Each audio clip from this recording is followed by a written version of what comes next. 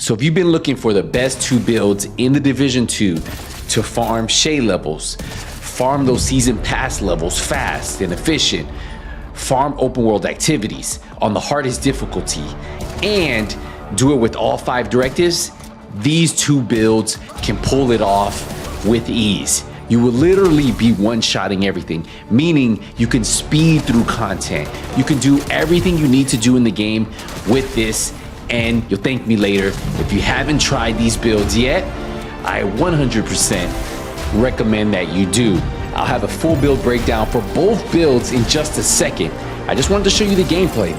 Look, hardest difficulty, 5 directives, open world activity, which is the fastest way to level up in the game.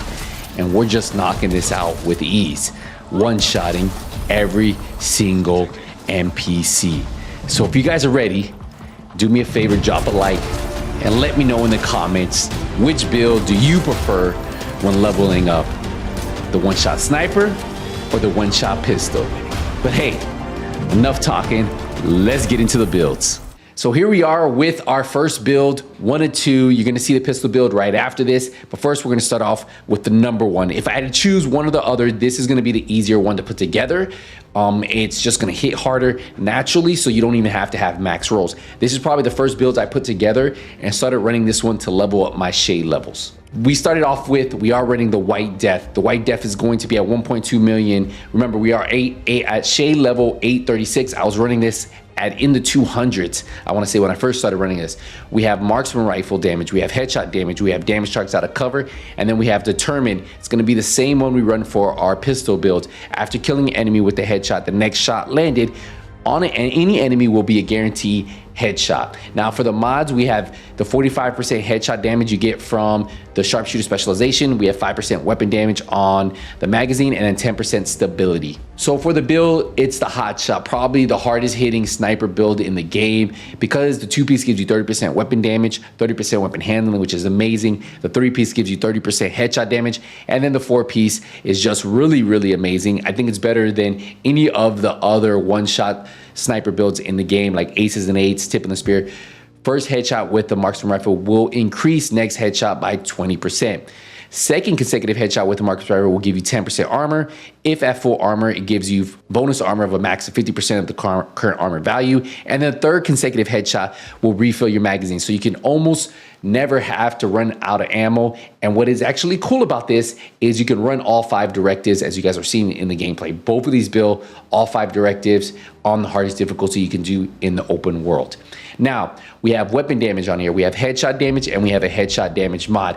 You're gonna see the same exact roll on all of the hotshot pieces. For the chest piece, we're running the chain killer chest piece. Is gonna have 5% weapon damage, headshot damage, weapon handling, and headshot damage mod. Plus we have perfect headhunter. By now, most of you guys should know why this is so good, because you remember, after killing enemy with the headshot, your next weapon hit for within 30 seconds deals additional 150% of that killing blow's damage.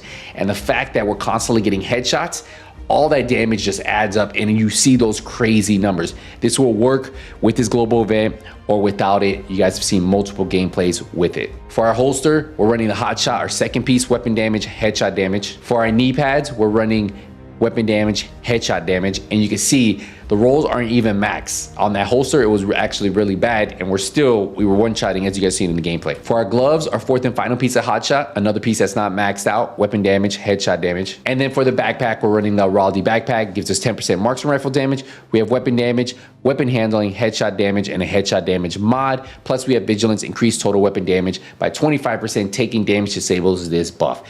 You can run whatever skills you want, guys. I'm not making you run any type of skill. 10% crit chance, 26% crit damage, 332% headshot damage, and then we have the damage targets out of cover on the weapon itself. Overall, this build is amazing. This will work at low levels. You see, I am 836, right? 836 shade level. So tells you it doesn't matter. I was running this at lower levels if you guys watch me on Twitch.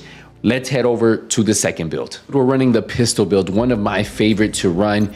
So for the pistol, you need to have the D50 if you guys want to be able to use this build when there is no global event. Obviously with the global event modifier, we're getting extra headshot damage, but when it's not active, this build still works. And this is my open world farming build, the best build to level up besides the build you saw prior to this. So we have 10% weapon damage on here, right? We have 15% pistol damage. We get damage to armor. If you can damage targets out of cover, that would be great. 2, we have determined. After killing an enemy with the headshot, your next landed enemy will be a guaranteed headshot. So that means you can constantly get headshots. That means you're constantly going to be one-shotting all the enemies. For the mods, I'm just running a hollow sight with 3% headshot damage. Now for the build, we're running a 4-piece Hunter's Fury. The 2-piece does nothing for us. The 3-piece actually gives us 20% armor on kill. And with the 4-piece is why we're able to do those one-shots. Enemies within 15 meters, we're always going to try to be within 15 meters most of the time. Debuff, amplifying your weapon damage against them by 20%. So that means we'll get that amplified damage. Now, killing a debuff enemy with your damage with your weapon disorients other enemies within 5 meters of them and amplifies weapon damage by 5% for 10 seconds. Now this does stack up to 5 times, so 25% extra amplified damage. So if you can get a few of these chained together, as you guys see when you do that control points, open world activities, this thing is just absolutely amazing.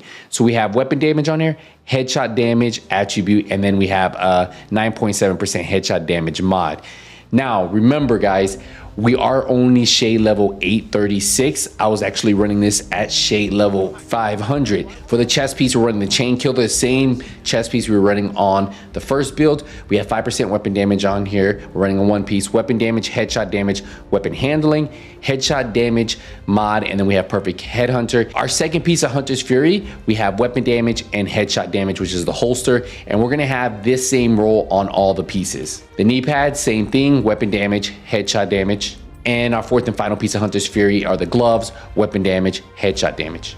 Now the backpack, you can actually run 2 different pieces. Obviously the Douglas and Harding is gonna give us a 20% pistol damage. We have weapon damage on here, crit chance, you can put weapon handling, headshot damage you do wanna have, and the headshot damage mod. We have vigilance, increased total weapon damage by 25%. Now taking damage does disable this buff for 4 seconds. If you guys don't have that one, if you guys can get a regular Walker and Harris piece, one that gives you 5% damage to armor, and then you can run the same rolls, headshot damage, and then put a headshot damage mod with vigilance, that would still work too. So I actually have 2 versions of this build. Obviously this one hits a little bit harder, but you can test out both of them and see which one works better for you. But yeah, so Douglas and Harding backpack, and then a Walker and Harris chest piece on this one. For the skills, you can run whatever you want. You can run the Hive, that's gonna help you heal your shield as long as it's on your backpack, on your back. You don't have to do anything, and then we run it with the Bulwark shield. Just so you can see the stats real quick, let me just show you. So for the pistol, we have 14% crit chance, 31% crit damage, 210% headshot damage, 4% armor damage. Now remember, I can still up this.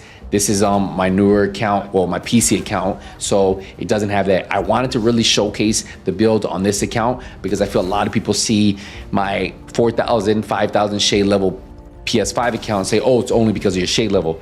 Well, that's not an excuse anymore, right? Because we only have 836 shade level on this. So both of these builds work at lower levels, and both are the best builds in the game at the moment to farm open world activities. Hopefully this helped you out. Hopefully you pick one or 2 of these builds, farm those open world activities, and have a ton of fun. I'll see you guys in the next one. Hey, nothing but skills out.